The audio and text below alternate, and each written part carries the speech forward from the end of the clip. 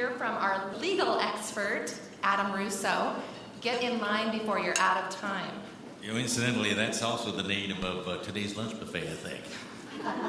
So Adam Russo, our legal expert. Yes. I see how it is. We're getting a lawyer to crash the party, huh? Nothing like a little legalese to really help you settle your lunch. Well, you know, for those of you that have been here at past EBMS events, we all know that Adam isn't your typical lawyer. Come on, but a lawyer here? I know, we all have stereotypes of lawyers, but Adam isn't really of that mold. He's kind of different, engaging, some might say. He's honest. Wow, you're right, he is different. Now, Nathan, behave yourself. I demand that you treat our guests with respect. You're right, and I'm sorry. Listen, there's no point in making a joke at his expense just because of his choice of careers. I apologize. Forgiven. All right, in fact, I'll tell you what, why don't you let me introduce him here, all right? Please do. All right, let's do it. Ladies and gentlemen, please give a round of applause as he slithers on up here to the stage. Mr. Adam Russo.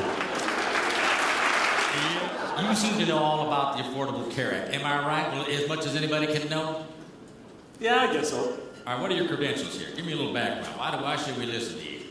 I guess these people really don't have a choice but to listen to me at this point. But a little bit of background about myself. My name is Adam Russo. I'm the CEO and founder of the FIA Group. We're a cost containment firm based out of Boston, Massachusetts. If you couldn't tell by my accent, I'll just get the joke out of the way. Patakan Havayat. So yes, that's how I speak. I kind of thought you was a foreigner. That really is how I talk. I'm a little tired today. I'm at about 90% of my normal energy level. I literally got on a plane this morning from Boston to get here. Gee, your arms must be tired. Just another joke you're going to do for us here? No, it's not a joke. I'm just letting you know my energy level is about 90%, which is probably a good thing for all of you, that I'm at 100, but we'll go from there. But a little bit of background about myself. I started the FIA Group back in 1999. We represent self-funded plans, TPAs, brokers, consultants, you name it. That's who we represent. We've been dealing with PPACA and all the other healthcare reform issues, whether it's state mandates, federal laws, etc., since it all started. We've also been dealing very much with what's happening in Massachusetts, which we're going to get into in the next session. But I'm also the contributing editor to Thompson's Guide to Self-Funding. I write an article every single month on self-funding. We have a company that's called the FIA Group based out of Boston that has over 100 employees that deal directly with the issues that affect all of you. So whether it's plan design, compliance issues, consulting matters, we feel that we're the best there is. So you got it covered. You're going to give us a breakdown on all of that, right? I'm going to try to. I have 45 minutes. I'll tell you, let me get out of your way here. I'm going to come back, though. I got a few questions prepped for you, my friend. I'm sure you do. All right, take it away. You're freaking me out, bud. You're freaking me out. That's all right. It gets worse. All right, ladies and gentlemen, Adam Russo.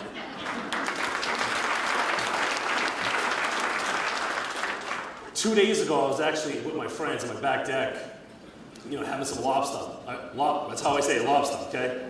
But I was eating lobster 2 days ago, and I was telling my buddies, I'm like, yeah, I'm going to Montana. Which in their minds, I might as well be in, Europe. Or Canada, at least. But, and I'm like, yeah, I'm really freaked out. They go, why? I'm like, I'm going to be talking to a horse. And they go, what do you mean? I'm like, and I went on YouTube, and I looked up Nathan online, and my friends, I've never seen anyone laugh consistently for 10 minutes when they saw him, but this is great. I had that same effect when I watched your video. Hey, listen.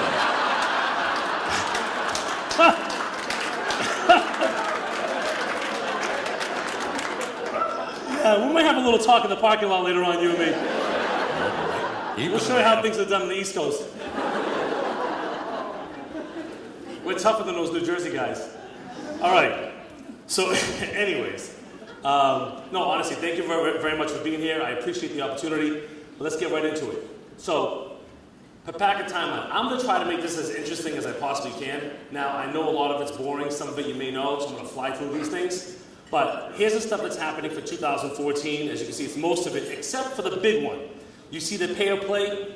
I'm assuming all of you know that's been shifted over to 2015. I have my own conspiracy theories on that, which I'm going to get into in a little bit, as to why I felt that happened. In addition, why it happened to come out on July 2nd in the afternoon, right before the long 4th of July weekend. So I think it's pretty important to bring that up. But these are the things that we're looking at. The exchanges, the wellness incentives, the industry fees, which there are a couple, the non-discrimination rules, the no periods, essential health benefits. Can anybody here tell me what an essential health benefit is? Anybody? Nate, you don't know what an essential health benefit is either? Not if you keep calling me Nate. Lynn Ann, you better set him straight on pronunciation. Okay. My God, it's like an invisible person speaking to me. It's like I'm in church. Okay. A temporary reinsurance fee. I mean, this is funny stuff, huh? Okay. What else? The tax implications. This is not funny. Folks, I'm from Massachusetts. We have more taxes in my state than, I mean, we are the communist state of Massachusetts. I'm very well aware of that. We're 99.9% democratically run. I'm the 0.1. Like, we have I'm part of the Republican committee of the state of Massachusetts. We're having a barbecue next weekend. The whole entire party is having a barbecue next weekend. I'm not even making that up. We're having a party. It's 40 people, possibly. Okay. Anyways, tax implications. These are the different fees that we're looking at. The Patient-Centered Outcome Research Institute, the CORI fee, the Transitional Reinsurance Assessment fee. We'll get into that in a little bit. The FICA tax increases, Medicare Part D, additional Medicare taxes. So there's a bunch of stuff that's coming into effect. These are the fees. You can see it's $1 per year per average covered life. How do you figure out the lives? Well, I could spend 45 minutes on it, or you can quickly look at this slide. Okay? Let's just read how you're actually supposed to count this. This is amazing to me. It's almost funny. Add the total lives, all right, everybody have a pen and paper. Actually, use a pencil. Sorry, not a pen. Add the total lives covered for each day of the plan year and divide that total by the number of days in the plan year. I have a master's degree in finance. I really do. I can't figure that out. So let's look at the snapshot. Add the total lives, this is the easy way to do it, by the way. Snapshot is the easy way, okay? Add the total lives covered on a date during the first, second, or third month of each quarter of the plan year, and divide that total by the number of dates on which a count was made. Now you guys see why I make the big bucks, right? This is how you figure out the taxes, okay, which is pretty interesting. But check out the Form 5500, which is, I always bring this up because I think it's really funny. How do you figure out on a Form 5500, because this is what the federal government looks at when you fill out the form. The average number of covered lives is determined based on the number reported on the form. There you go. That tells you something, doesn't it? Okay, the TRF fee. Again, how these fees are done, how you file the fees, it's all here. Within 15 days of submission, HHS has informed the entity of the amount owed. That's great. I'm happy they're willing to tell me all that information. It's fabulous. But again, look at the snapshot. Add the total lives covered on any date or more dates if equal number of dates are used each quarter during the same corresponding month in each quarter, and divide total by number of dates on which a count was made. Not easy, but this all stuff can be done. That's the snapshot on how you figure out that calculation. So why am I bringing that up? Is because this is important for you to know. I mean, there are many things that EBMS can do for you, but at the end of the day, the plan, the employer, not necessarily the plan, could be responsible and may be responsible for actually doing these things. So what can you delegate? The PCORI fee, the TRF, it specifically says who's responsible for what. So if you look up under excise tax, the plan pays and reports the fee. Under TRF, the plan needs to pay the fee directly to HHS. The TPA can assist you to do these things, to make sure you're actually calculating these things accurately. So that's important to know. Next, the pay and pay fleet. This, to me, isn't as important now as it used to be. Now you have to look at this for 2015, okay? Now, what you need to do. This number one, though, is important. How you can avoid it. If I got $1 for the number of times I received a phone call from an employer, okay? I represent every type of plan you could possibly think of. Cirque du Soleil in Vegas, they're my client. The offshore drillers in Louisiana, they're my client. The Dallas Mavericks basketball team, they're my client. So, and pretty much every single casino in this country is our client, because all of them are pretty much self-funded. But what I can tell you is the number of people that have called us asking, how do I get out of reform? How can I get around the rules? okay? If I got $1 for every time, I would not be here right now. Trust me. I'd be in Barcelona, hanging on the beach, having a good time with my sister. That's where I'd be, because the answer is you really can't get around it unless you want me to go to jail. There's really not a way for you to get around it, except there are these things they call skinny plans, which I'm going to get into a little bit in our next session, which you can look at as an option. We're going to get into that in a little bit more detail. But again, this is information for people who are not in this room.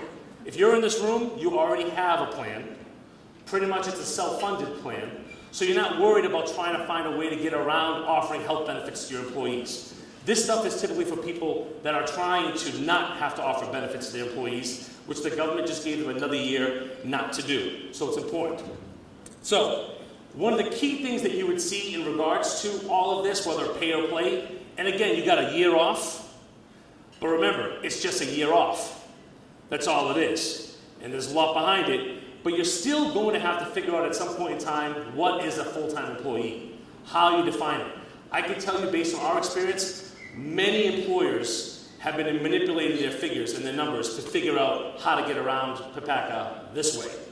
It's primarily with seasonal employees we're seeing, whether it's in rural Montana or whether it's in rural Pennsylvania, we're seeing the exact same type of decisions being made by employers across the country. So it's important that you look at this. Now, one of the key things I would focus on here though is, again, you're looking at a reprieve, so, take a deep breath.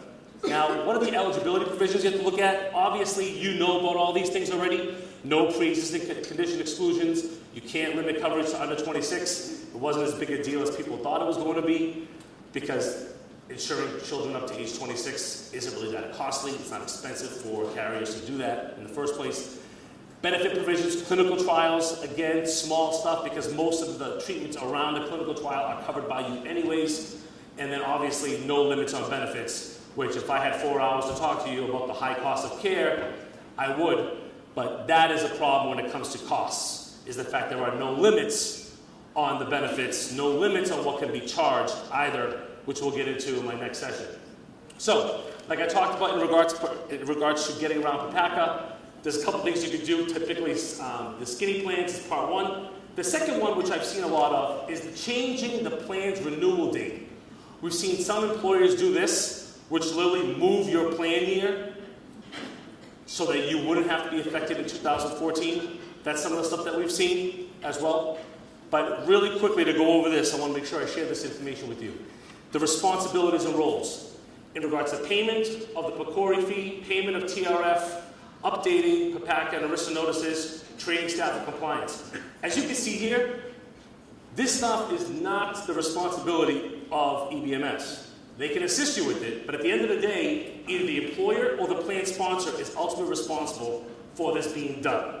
So you can pick up the phone and call them to make sure they're doing this on your behalf, but it's ultimately your responsibility. As you can see, you'll notice it's mostly, I'll go back one, it's mostly the employer, not the plan sponsor. So updating the plan documents, WT reporting, employee notices, and answering any staff questions in regards to the exchanges. These are the employer's responsibility. So it's important that you know that. In addition, a couple more things you'll see are the employer's responsibility. Verifying that an employee has access to coverage, and updating the SBCs, and also dependent eligibility. They're all, under the government's eyes, in the government's eyes, they're the employer's responsibility, not the TPA's. But again, a TPA can do these things on your behalf. So, I guess we're going to have to bring that freaky horse back. Freaky horse, huh? All right. We're going to play it that way, are we? And We're videotaping this, right? I need a copy of this thing. By next week, I have it, my friends are coming over. I want to hang out with this guy. all right, just invite me to that party or that barbecue. I'll come to it. All right, anyway, listen, Adam, we got to get down into this here. You're firing on 90%. I barely could catch up with that talking there. All right, so here we go. Question, first of all, let me ask you this. As a legal expert, have you ever heard of any lawsuits pertaining to the use or misuse of spurs? Is that really a question on my list? I know I have to give these top 10 questions prior to coming here. I'm just asking for a friend, all right? You're asking me for a favor, man? This is just for a friend now, all right? You're asking me for a favor. Favor. Is that how you say it? Favor? Yeah. Favor? favor? You ask for a favor around here, they give you a bean. All right, now listen. Let me ask you the first question. What do we need to worry about for 2014? Quickly now. We got to worry about sending you to the meat factory. Easy there, Tiger. You're going to go with me. I'll send you to the glue factory, the old lawyer's home. Suddenly, this has turned into a Dean Martin and Jerry Lewis stick here. Come on, Adam. Get on that question. Oh, man. Worries for 2014. For 10 minutes. All right, what do you need to worry about for 2014? I can give you a couple things, okay? Let's be honest here. We're all worried about the exchanges. There's no question about that. That's one of the things you have to worry about is with the exchanges. In addition, pay of play, as we all know, is moved back a year, so we have to worry about that as well. You're looking at wellness incentives. A lot of stuff coming out on wellness. We're going to get into wellness in a little bit as well. But wellness incentives you're looking at. No discrimination we're worried about. There's a bunch of different things that we're looking at in regards to anti-discrimination rules. There was actually a lawsuit that just got filed by the federal government against 2 employers for violating wellness and discrimination rules. We'll get into that in a bit. In addition, the waiting periods cannot be longer than 90 days. Transitional reinsurance fees, which we discussed as well. Automatic enrollment, which we talked about. So there's a bunch of stuff you have to be worried about, but to be quite honest with you, it's nothing that I would lose sleep over. These are all things that EBMS has already taken care of on your behalf. These are things that have been talked about now for 2 or 3 years, to be quite honest. It's almost, to me, the new stuff that's coming out is much more important to worry about than these things in regards to 2014 for right now. Because they keep on changing the rules. When people see, for example, when we talk about the fact that they delayed the employer mandate, and be like, oh, that's a great thing. Well, if you think about it, and why it happened, and when it happened, it's also possible that it could be a bad thing. And the reason I bring that up is people still have the option to purchase health insurance in the exchanges next year. So many employers that maybe would be offering employer-based coverage, now instead of saying, oh, well, I don't have to, but their employees still need to do something. And they may join the exchanges. And as they like to say, once you join the exchange, that's it. You're never coming back. So that's sort of the goal of the administration, is to try to get more people to join the exchanges than what has happened to this date. Next question. All right, next question, Gary. Now, I know they're delaying that pay-or-play regulation, but is there any way that we can avoid it? Yes, there are things you could do to avoid it. Like I said, the government already did that for you from a standpoint of the fact that they delayed it. You can avoid it that way. But going forward, the way you can avoid it is really simply some stuff that right now is legal that I would assume that by 2015 won't be legal, and that's particularly the skinny plan option that I talked about, is where you literally are able to offer just enough coverage to what they want you to cover, but no more. So, okay, we're going to make sure I cover your flu shot. I'll make sure I cover your office visit, but you go to the hospital? Yeah, sorry, you're not covered for that. So what's the point of health insurance if all it is really is an oil change? You can't get your engine repaired, you can't get the transmission fixed, but you can get oil changes as many times as you want. Well, I can afford oil changes out of my pocket. I can't afford to fix my engine, or when someone crashed, or if I crash into somebody, I can't afford to fix my car without actual insurance. And that's the problem with this delay, and that's the problem with how to get around the mandates, is because what you can offer in the meantime would be something that in my mind really isn't insurance at all. Next question. Spoken like a lawyer. All right. What are employers' responsibilities under PPACA in regards to pay or play? Here's the bottom line. You have to be able to do 2 things. You have to offer minimum value. What does that mean? Can someone tell me what that means in this audience, what minimum value means? You have to offer minimum value. You want to come up here? I'll give you a mic. That's good. No, say it. You don't want to deal with the horse either? Yeah. What about him? The bottom line is this. Like I said, I would just take a step back. This is stuff that I really would have concerned myself if I'm you folks in the audience right now. If this is something that really does interest you, and I'm assuming it will be less than 5% of you in regards to this particular question, we can talk about it at the break. But up until July 2nd, this was valid. But now, based on what's happened, I don't see it as an urgent matter anymore, because my concern is the DOL, HHS, and the Treasury are already looking at what people are trying to do to get around it. So, Wall Street Journal had a huge story on this, how employers are trying to get around pay or play, how they're trying to get around the penalties and taxes. Well, to me, all those loopholes, I'm assuming someone from the government is reading the Wall Street Journal. Don't bet on it. Hey, it's my turn, man. Sorry. Okay. It's a little weird, like, just know he can just come in anytime. You know? Real pain in the you-know-what, isn't it? Yeah, that is right. So let's go on to the next question. All right. Should I continue to maintain a group health plan? Yes. One answer. Yes. All right, next question. No, wait. Wait. Come on. Man, this guy got me off my game. I'm gonna fight back now. You'll see the real me come out once this horse is gone. Horse. But anyways. I'm loving you, man. Where is this guy, by the way? Like, I'm gonna find him. Trust me. Good luck, You're not gonna see either one of us at the cocktail reception tonight. I dare you to step into my world. Come on. Come on, next question. Hold on. No. Wait, please. Yes. Corey, help me, please. I'm dying up here. Here's the thing. Should you continue to maintain it? Yes. Over 98% of employers did. Okay? Over 98% of employers were expected to maintain it. Business Insurance Magazine said 96%. The government was hoping that people wouldn't want to maintain the coverage. Okay? Because if people didn't maintain the coverage, then they'd be joining the exchanges. If they join the exchanges, those are healthy lives. Those healthy lives join the exchanges, it makes it cheaper to have coverage in the exchanges. But if the employers who are happy with the health insurance coverage they're offering their employees, and the employees are happy with the benefits they're getting, continue to offer employer-based coverage, it's a problem for the government because they want those lives in the exchange. In my next session, I'm going to tell you how they're able to do that, even getting around all this spectacular stuff. But that's the bottom line, is they hope that you would do what you didn't do. They were hoping that you would say, forget this, I'm going to drop coverage, let my employees go to the exchange. But what they really didn't realize is what my company's mission and what my personal goal is, which is to reduce the cost of healthcare through employer-based coverage. That's what my mission in life is to do. Okay, that's why I speak across the country, trying to tell people how you can reduce the cost of care while still offering valuable, good benefits to your employees, not skinny plans. So that didn't happen.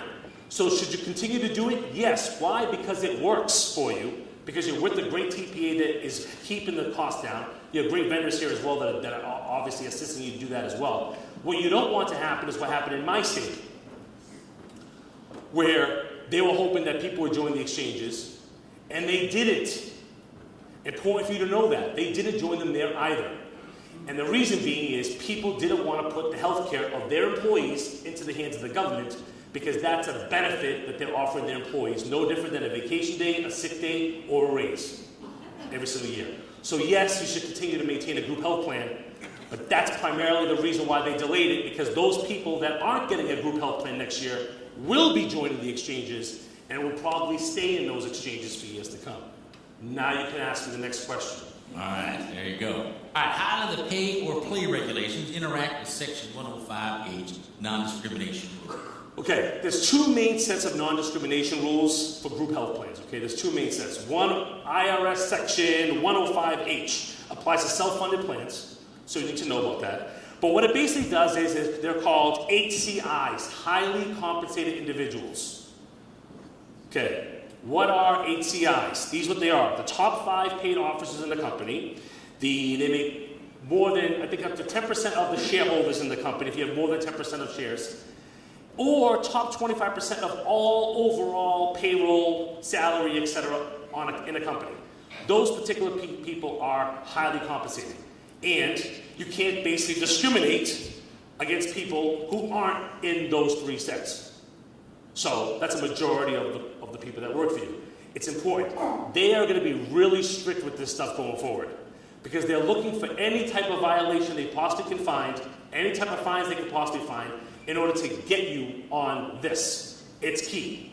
It's important that everybody here understand this. When you look at your benefits and what you're offering the top people and what you're offering, let's say, the entry-level employees or non-management type employees, it's important that when you set it up, that you follow the discrimination rules set up by the government.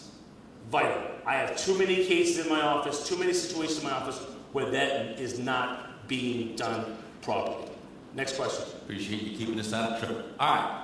May an HRA used to purchase coverage on the individual market be considered integrated with that individual market coverage and therefore satisfy the requirements of PHS Act Section 2711? I can't believe I said all that. Nobody in this audience even knows what you asked. I don't even know what I asked. I know. What about it? Here's the answer to this question regarding HRAs. Okay? Nobody knows the answer yet. There's still going to be additional guidance that's coming out from the IRS. These are, when I say these are top 10 questions, these are literally what we've done over the past 3 years. We compiled every question we've ever received. We keep a database, and these are the top 10. So they get pretty intense and pretty unique. But the bottom line is people are considerably worried about HRAs and if you use them to purchase coverage on the individual market. Will that be integrated? The problem you have right now is much of this information is still not known. If I was able to tell you, the stories I can tell you of my phone conversations with the DOL, HHS, and Treasury that I have pretty much on a weekly basis, you wouldn't believe some of the questions they ask me. So I can tell you right now, in regards to whether they satisfy the requirements, further additional information is going to be found out probably later on this summer, so we can have some better answers with that. So if you wanted to email me after this is over, once this all comes out, we can probably give you an answer.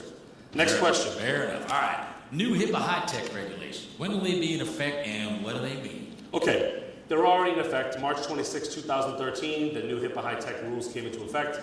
What does this mean to you?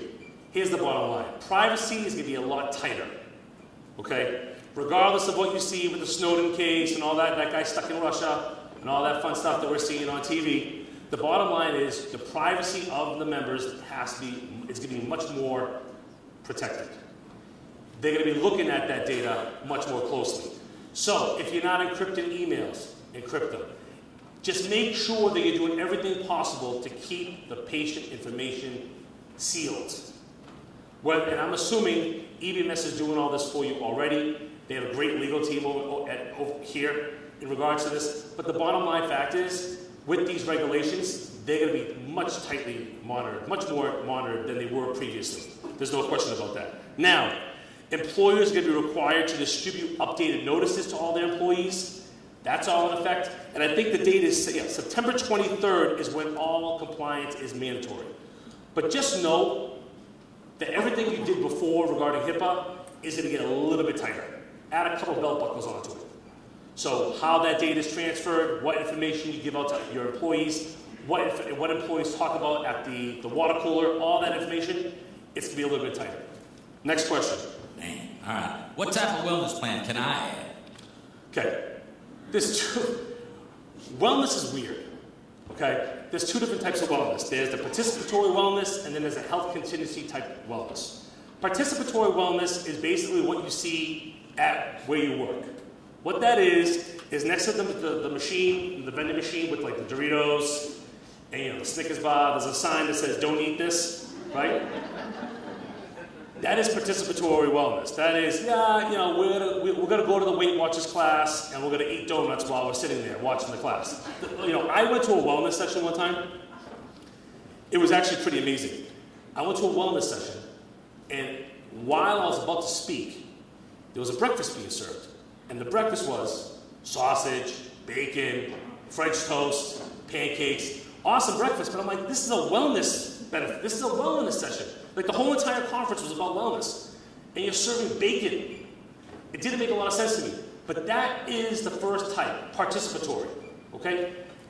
Everyone here has them. You get a gym membership discount. If you join the gym, you get a discount on your health benefit, on your premiums. Those are the kind of things that we've all seen. Now, the second type, which is the basically results-oriented type of wellness programs, those are the fun ones. That's where you can get a little creative. And I can tell you, we've done it at our office, and it's worked out tremendously. We're a self-funded employer, no different than all of you. Okay? We have 100 employees. We're a self-funded plan. We design our own benefit plan. We design our own wellness plans. We try everything with our employees first before we give it out to the industry. So they're our guinea pigs. Okay? And one of the things that we've seen with wellness is you can make the wellness a carrot, but just not a stick.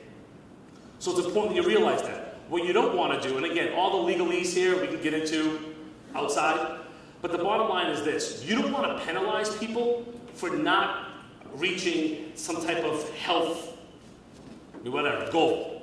You don't want to penalize them for not doing that.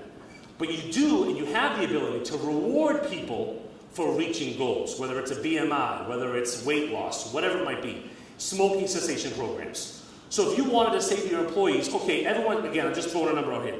Everyone's premium is $400. But if you don't quit smoking, it's $500. I wouldn't do that. But instead you can say, okay, everyone's premium is $450. You quit smoking, it's $300. You're much better off doing that than the other way, because what you're noticing now is more and more employers are starting to do these wellness initiatives before they hire people. Before they hire them. So what happens is, I want to hire you, for example. Okay. Yeah, I have a couple questions. Yes, miss, do you have any history of diabetes in your family? Is there any suicidal thoughts of anybody that you know?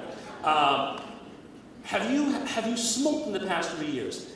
Employers are starting to do some of these things because they think they can get away with it based on the wellness rules. And I tell you, one of the great things about PPACA is they definitely put a lot of incentives in regards to wellness because they know under the exchanges they need wellness too. You need people in shape, you need people healthy. The healthier they are, they don't go to the hospital. So there is no hospital bill. Your hospital cost is zero. I'm not trying to reduce the bill. I'm not auditing the bill. I'm not negotiating the bill. I'm not having a better PPO discount. There is no bill. And that's the ultimate cost saver when it comes to wellness. But the key is, now you're starting to see employers take it a little bit too far. Like, I won't hire you if you smoke. Can you do that? A court in Florida said you can. Those are the kind of things you have to look at. Oh, you're overweight? Can't hire you, sorry. Oh, you have diabetes in your family? Oh, I'm not gonna hire you. So what happens is, with all of this stuff in regards to HIPAA, and all of this transparency, and all this data going back and forth, and the fact that with wellness, we're trying to figure out, and the best part of being a self-funded plan is you have access to claims data, so you can better figure out what type of plan you want to offer. But there's a fine line. If you know too much about your employees, I might say, Susie's 45. We've seen here that she has type 2 diabetes. Her claims might start going up. Maybe we don't want to give her that promotion. Maybe we want to just get rid of her and hire that 25-year-old kid who's in much better shape and works out all weekend. I mean, that's the kind of thing that people may think in their head, but if you put it down on paper, you're in trouble, and it ties right into wellness. So it's important that you look at wellness as a carrot. One of the things that we did like I mentioned, Weight Watchers earlier. From a Weight Watchers perspective, we actually said to our employees, if you were able to reach your goal, and they were able to make up their own goal, their Weight Watchers class, which was at our company, was free. 387 pounds were lost in the first 3 months of our Weight Watchers class. And then we did a second one, and I think it was another 200 pounds, and then now we're doing our third one. So again, these are the kind of things you want to look at. So I would say if you could think of the wellness product or idea of wellness, add it, think about it, but again, the focus has to be on carrots, not sticks. Next question. I like that. Focus on the carrots, not the sticks. Yeah. All right, last question. What do the 2014 out-of-pocket regulations mean? Okay. Here's the big thing, the out-of-pocket regulations. I want to make sure I get into this. Okay. Right now, I'm just going to read this off here. Right now, in 2014, non-grandfather policies, okay, must cap any annual deductible for essential health benefits at no more than $2,000 for single coverage and $4,000 for family coverage. Simple, okay? But self-funded plans aren't required to offer essential health benefits. But if you do offer one, now you're subject to that maximum. Now, here's the question, like I mentioned before. What is an essential health benefit? Does anybody know? An essential health benefit. Yep. Prescription drugs, okay? Anything else? That's essential, right? Okay? We said prescription drugs, okay? What if it's a prescription drug that just came out for weight loss?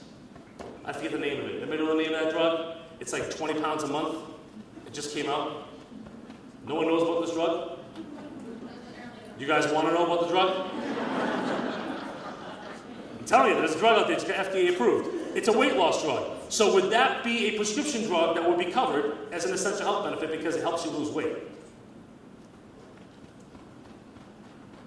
There you go. So the point is, what the definition of essential health benefit to me is a little bit problematic. In Massachusetts, everything's an essential health benefit based on our current exchange that we have. But again, your out-of-pocket maximums are going to be tied into those essential health benefits, so again, you have to look at them. Oh, sorry about that. One thing I wanted to bring up, though, too, in regards to these particular benefits that is important, is right now, if you're in-network, as you all know, there is a maximum out-of-pocket expense to our participant and their family. I think starting in 2014, it's $6,350 for an individual, and it's $12,700 for a family as out-of-pocket maximums on in-network claims. This to me is a huge dilemma. I had a phone call last week, 2 weeks ago actually, with the Treasury Department, HHS, and the Department of Labor about this particular issue and how it affects all of you. Let me give you an example. I have a $100,000 claim that comes in, bill that comes in, and I'm being told to pay this claim for at $85,000. You have a great organization here, EBMS, who's looking at that particular claim, and they made me feel like, you know what, this is wrong. This should not have been billed at $100,000. This should not be paid at $85,000. This should be billed maybe at $50,000 based on some exclusions, maybe they bundled some stuff or unbundled some things, but just in general, the bill is too high. It's an in-network claim, and there's an out-of-pocket maximum allowable that you, as the patient, can have. Think about what the provider can do in that particular situation, whether it's a hospital, whether it's a physician, whether it's a dialysis center, whatever it might be. Think about what they can do. They know that there's a limit to what that out-of-pocket could be for that particular patient. So if you, as the plan, don't agree with what they want you to pay, can they use that as leverage against you? And say, listen, okay, well, it's an out-of-pocket expense to the patient then.